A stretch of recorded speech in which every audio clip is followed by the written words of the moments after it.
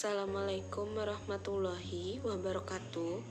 Perkenalkan, saya Nabila Ratna Dewi, dan pada kesempatan ini saya akan menjelaskan materi mengenai teknik negosiasi pada mata kuliah komunikasi bisnis.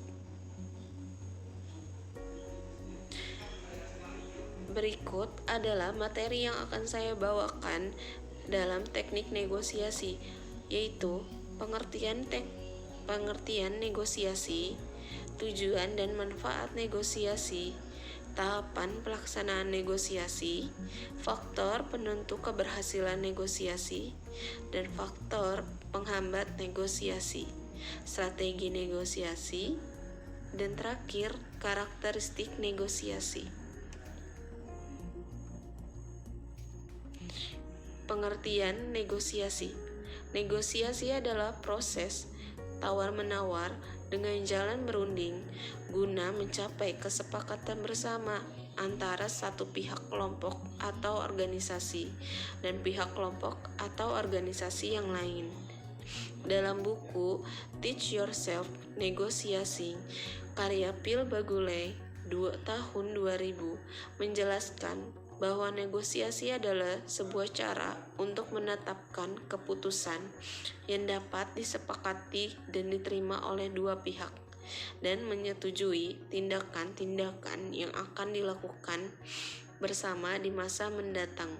Contoh kasus mengenai negosiasi seperti Christopher Columbus yang meyakinkan Ratu Elizabeth untuk membiayai ekspedisinya saat Inggris dalam perang besar yang memakan banyak biaya, atau sengketa Sipadan Ligitan antara Indonesia dan Malaysia. Dan adapun tujuan negosiasi, yang pertama, mencapai kesepakatan bersama yang memiliki kesamaan persepsi, pengertian, dan persetujuan. 2. Mencapai penyelesaian atau jalan keluar dari masalah yang ada, serta mencapai kondisi saling menguntungkan sehingga tidak ada yang merasa dirugikan. Dan adapun manfaat dari negosiasi. Pertama, terciptanya kerjasama antar pihak untuk mencapai tujuan masing-masing.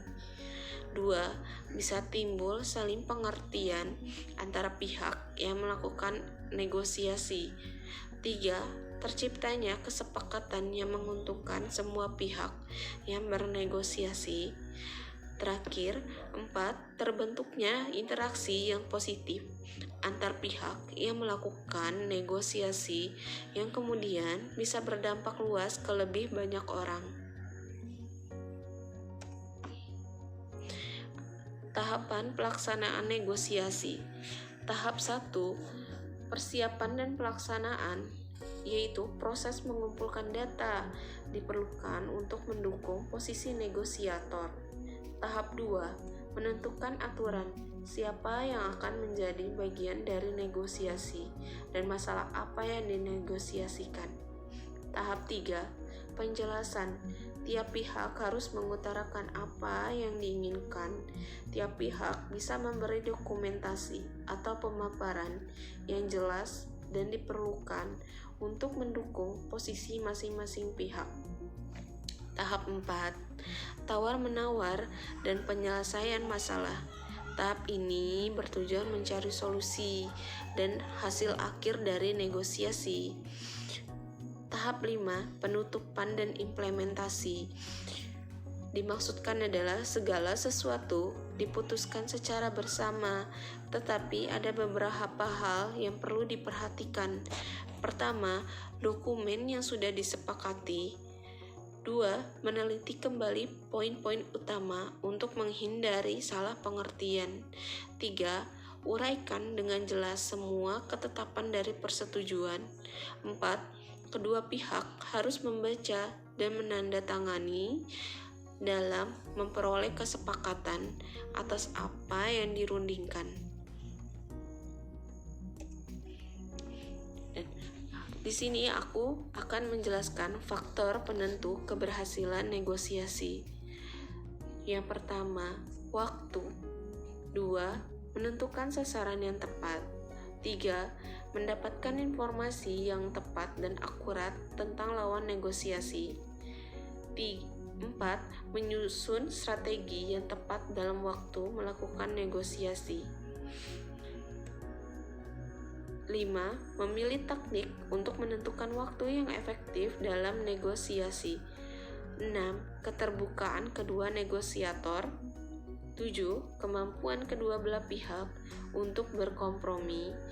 Terakhir, tercapai dan hasil kesepakatan kedua negosiator. Dan adapun faktor penghambat dari negosiasi. Pertama, informasi yang kurang tepat dari lawan negosiasi. 2. Saling menutup diri atau tidak terbuka. 3. Adanya manipulasi salah satu negosiator. 4. Adanya negosiator yang melakukan kecurangan. 5. Kurang bisa menjaga emosi yang saling egois. 6. Waktu negosiasi yang tidak tepat. 7. Hasil negosiasi yang memberatkan salah satu negosiator. 8. Hasil negosiasi tidak dilaksanakan dengan baik. Dan adapun strategi dalam negosiasi.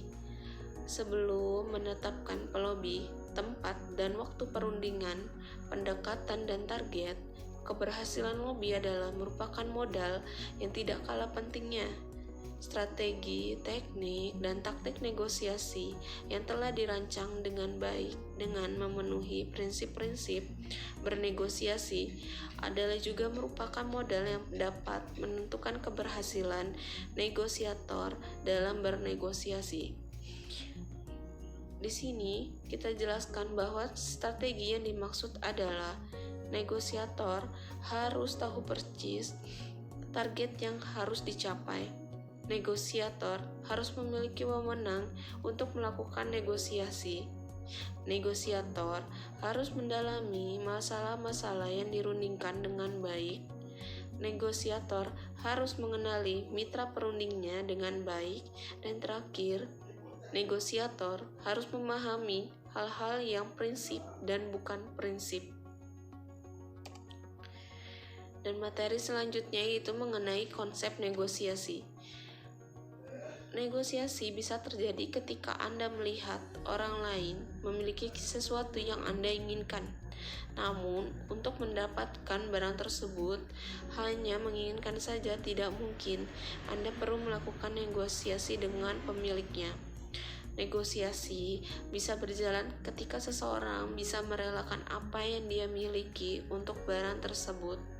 Anda juga bisa melakukan barter atau pertukaran barang atau jasa untuk mendapatkan sesuatu yang Anda inginkan tersebut. Apa sih tujuan dari negosiasi yang terstruktur dan jelas? Tujuan ini harus jelas dan terukur sehingga kita bisa membangun ruang untuk bernegosiasi. Tanpa tujuan yang terukur, kita tidak memiliki pegangan untuk melakukan tawar-menawar atau berkompromi dengan pihak lainnya. Hal kedua, dalam persiapan negosiasi adalah kesiapan mental. Usahakan kita dalam kondisi rileks dan tidak tegang.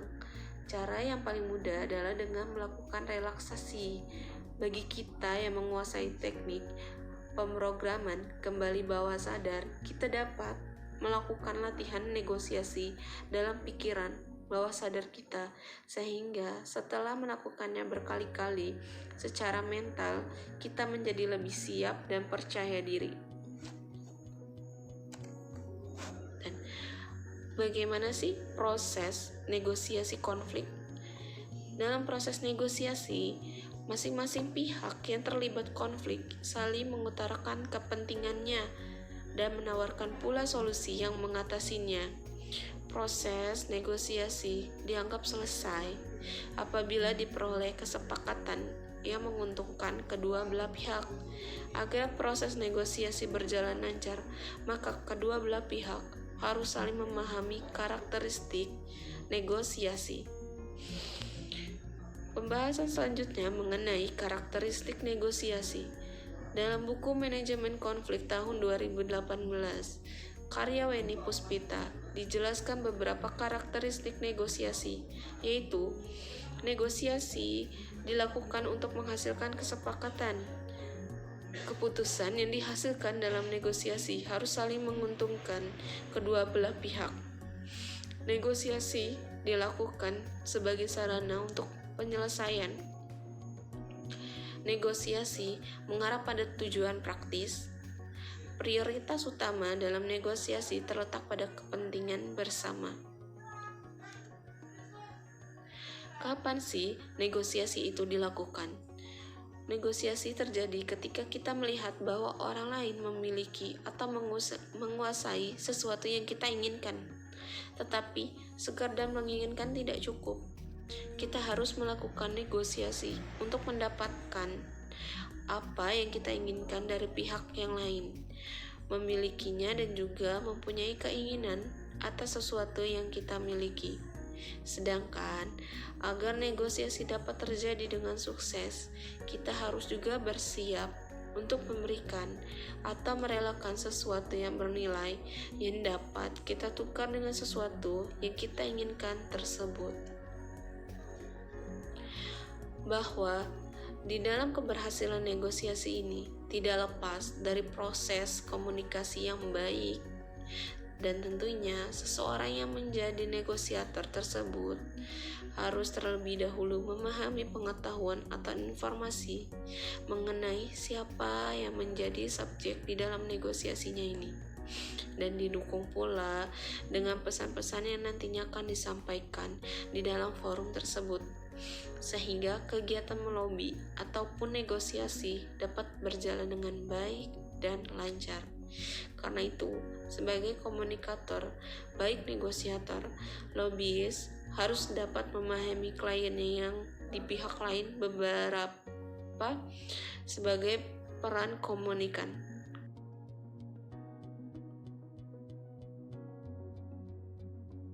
Sekian presentasi yang saya jelaskan. Sekian, terima kasih. Wassalamualaikum warahmatullahi wabarakatuh.